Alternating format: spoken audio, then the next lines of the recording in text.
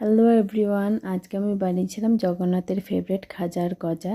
এখানে আমি 3 কাপ ময়দা নিয়েছিলাম আর কিছুটা ঘি দিয়ে ভালো করে ময়ন দিয়ে মেখে নিয়েছিলাম। আর এখানে 1 চামচি ঘির মধ্যে কিছুটা ময়দা দিয়ে ভালো করে রেখেছি, মিক্স করে নিয়েছিলাম। আর চিনির রস বানানোর জন্য 2 কাপ আমি চিনি নিয়েছিলাম আর 2 কাপ জল আর কিছুটা এলাচ ফ্লেভারের জন্য। আর এখানে ভালো করে মেখে দুটোকে 2 ভাগ ভাগ করে নিয়েছিলাম। খাজা গজা দুটোই বানানো হবে। আর হচ্ছে কি এখানে আমি ভালো করে মিক্স করার পর রুটির মতো সেম লেচি কেটে পাঁচটা থেকে ছটার মতো হয়েছিল, তো ভাগ করে নিয়েছিলাম।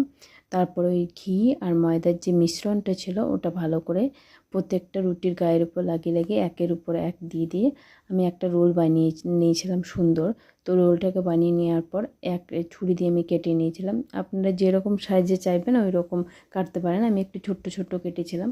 তো কেটে ওটাকে বেলে মিডিয়াম টু হাই ফ্লেমে আমি ভেজেছিলাম।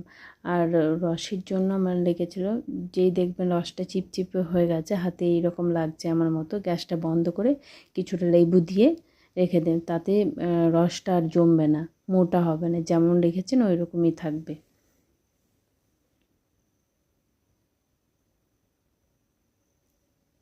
এই যে কি সুন্দর রস রেডি হয়ে গেছে। আর গজাটাও আমি সেম মোটা করে বেলে নিয়েছিলাম, বেলে তারপরে স্কোয়ার শেপে কেটে নিয়েছিলাম। এইভাবে আমি বানিয়েছিলাম খাজার গজা।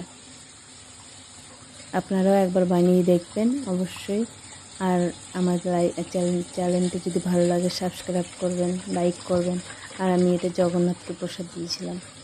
আর খেতে অপূর্ব হয়েছিল, ইজি, বানাতেও সহজ, আর খেতেও খুব সুন্দর হয়েছিল। টাটা, ভালো লাগলে